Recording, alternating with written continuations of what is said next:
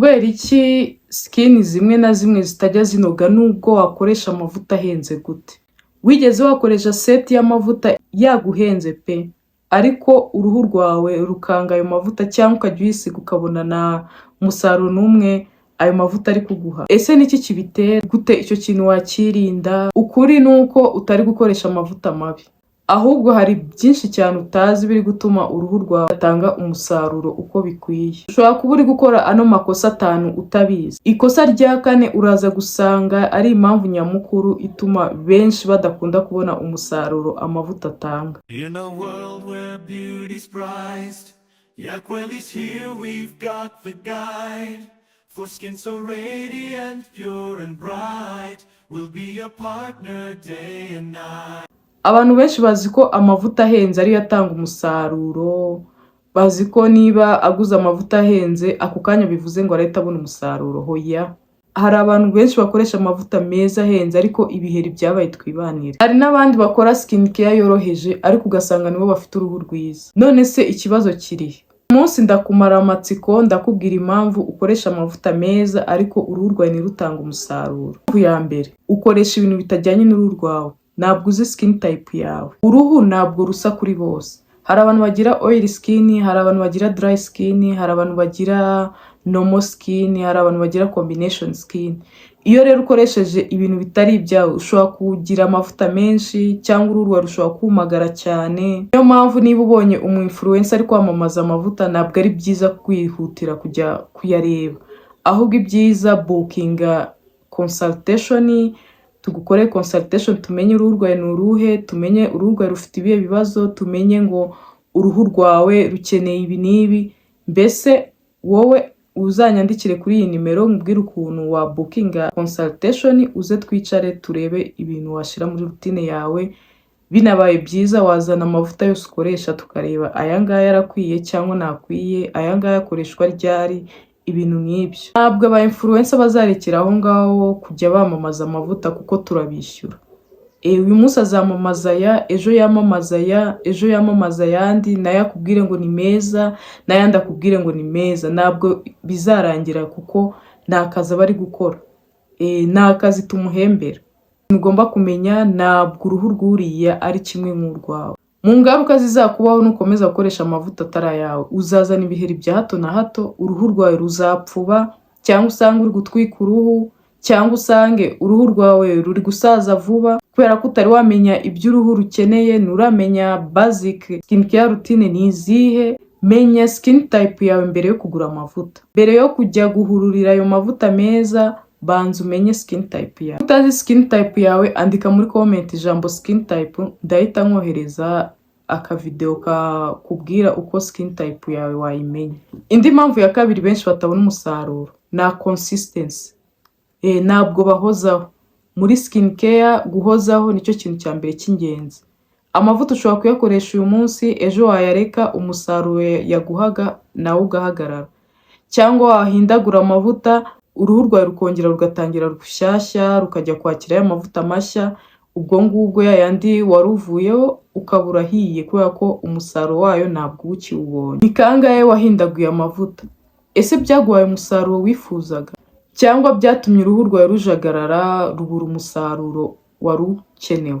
Benshi batangira amavuta uyu munsi, ejo bakaba barayaretse. Kandi amavuta ntabwo ari nko gusiga amarangi wenda ngo urayasize wise ubona akabara keza. Hoya, amavuta bisaba igihe kugira ngo aguhe umusaruro. Bizagufata amezi kugira ngo ubone uruhu rwawe rwahindutse. Tegereza byibura ibyumweru 4 ubone gucira urubanza ayo mavuta urimo urakoresha. Impamvu ya gatatu utabona umusaruro, skin barrier yawe yarangiritse. Twarabibonye, twabivuzeho ibijyanye na skin barrier. Twabonye iyo uruhu ruri kukurya, iyo wikoraho kumva uruhu rurakurya, iyo ujya mu zuba ukumva izuba riri kugutwika. Twarabibonye uburyo ki ibyo bintu bishobora gutuma amavuta ataguha umusaruro. Benshi bakunda gukora byinshi icyarimwe ariko ntabwo bazi ingaruka y'ibyo bintu. Ugasanga ukoresha amaseramu 10, ama cleanser 2, ama cleanser 3, mbese ingaruka zizakubaho nuko hari igihe kizagira amavuta nagira umusaruro n'umwe aguha. Sinzi urascrubinze, ukoresheje exfoliation, wisize amaside urangije urenzaho amaretinol, noneho ikirenze wari wanakarabye isabune ifite pH iri hejuru cyane, sinzi uri gukoresha ibikesha ukongeraho n'amaside, ibyo nabyo ni ibintu bizakugwa nabi. Ntabwo uruhu rwawe ukwiye kurufata gutyo, uruhu rwawe ukwiye kurufata nk'uruhu rw'akabebe ukagenda urworohera. Benshi batekereza ko gukoresha ibintu byinshi aribyo bitanga umusaruro, kandi se byahe? Iyo ukoresheje ibintu byinshi uruhu rwawe rushobora gutukura, rushobora kuba sensitive, ushobora kwikoraho ukumva uruhu ruri kukurya, noneho n'ibiheri nabyo bikakubona, kandi noneho ikirenze ni uko utazamenya ngo aya mavuta niyo ankorera, aya mavuta ntabwo ankorera. Gukoresha ibintu byinshi utazi ngo ni ibiki biri kugukorera, ni ibiki bitari kunkorera, ni nko kubaka inzu itagira fondasiyo, anytime bishobora guhanuka. Niko uzisanga na skincare zawe zitari kuguha umusaruro. Gabanya ibintu ukoresha muri skincare routine yawe, ahubwo wongera amazi, wongera ibikora hydration byibura, kuko byo nta ngaruka byakugiraho. Aho gukoresha ibintu byinshi bikesha, wagabanya ugakoresha ibintu bitanga amazi. Nanone aho gukoresha amaside wakoresha ibyongera amazi. Iby'ingenzi ukwiye kugira muri routine yawe ni cleanser, moisturizer na sunscreen. Ibindi byose byongeremo gake gake bitewe n'uburyo ushaka kuryoshya uruhu rwawe. Naho kubikoresha icyarimwe ngo nuko bakubwiye ko bikora, ayo ngayo ni amakosa. Ufite uruhu rufite ibyo bimenyetso maze kuvuga bya skin barrier yangiritse, andika ijambo skin muri comment, ndaza kuguha video igusobanura uburyo ki wasana uruhu rwawe rukongera rukagarukana ubuzima bwiza, ukazabona gukora skincare uko bikwiye. Indi mpamvu ya kane ituma amavuta yataguha umusaruro ni ukudakoresha sunscreen. Abantu benshi bakunda kwirengagiza sunscreen cyangwa bakayikoresha nabi, kandi ubundi sunscreen ni intoki ebyiri nizo upimiraho. Sunscreen ugomba kwisiga ihagije, kuko nanone iyo ukoresheje amavuta akesha utakoresheje sunscreen nta kabuza ubuzazana amabara mu myaka iri imbere. Urugero nka vitamin C uyikoresheje nta sunscreen uba ugomba kuzana amabara, ibyo ngibyo byo ndabikwijeje. Ushobora gukoresha amakreme meza ahenze, ushobora no gukoresha imiti ivura ibiheri, ariko ibyo byose ntibitanga umusaruro kubera ko utari kwirinda izuba. Uruhu rwawe rwongera rukumagara, amavuta agakorwa ari menshi mu ruhu, bigatuma uruhu rwawe rwongera rugakora ibiheri, ugasanga uri kuruhira ubusa. Sunscreen izakurinda amabara ya hato na hato, sunscreen izakurinda kuba amavuta yawe akesha cyangwa amaside byakuzanira amabara, sunscreen izakurinda kuba uruhu rwawe rwasaza vuba. Ikindi kiruta byose, sunscreen izakurinda kuba wazana kanseri y'uruhu, melanoma. Sunscreen ni ngombwa waba uri mu nzu, waba uri hanze, imvura yaba iri kugwa, kuko UVA, imirasire y'izuba yo mu bwoko bwa UVA, waba uri mu nzu naho irahagusanga. Kandi nanone sunscreen izakurinda n'urumuri rw'amatelefone, urumuri rw'amakompiyuta. Blue light ni kimwe mu bintu nabyo byangiza uruhu.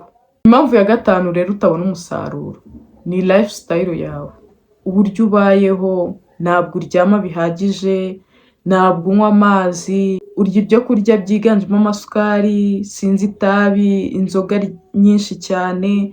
Ibyo byose biri mu bintu byangiza uruhu. Stress uhoramo nazo zigaragara ku ruhu. Niba wowe n'umukunzi wawe mufitanye ibibazo, ibyo ngibyo nabyo tuzabibona ku ruhu rwawe, kuko cortisol izaba yariyongereye, bijye bigaragara ko ufite ibibazo. Nanone urumva ko amavuta atazakemura bya bibazo ufitanye n'umukunzi wawe.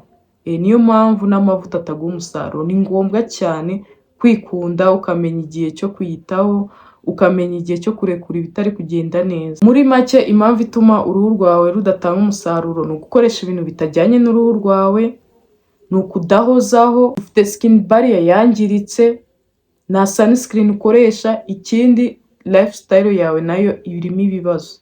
Niba ushaka ko ngufasha kumenya ibintu bijyanye n'uruhu rwawe, yandikira muri comment cyangwa wandike kuri iyo nimero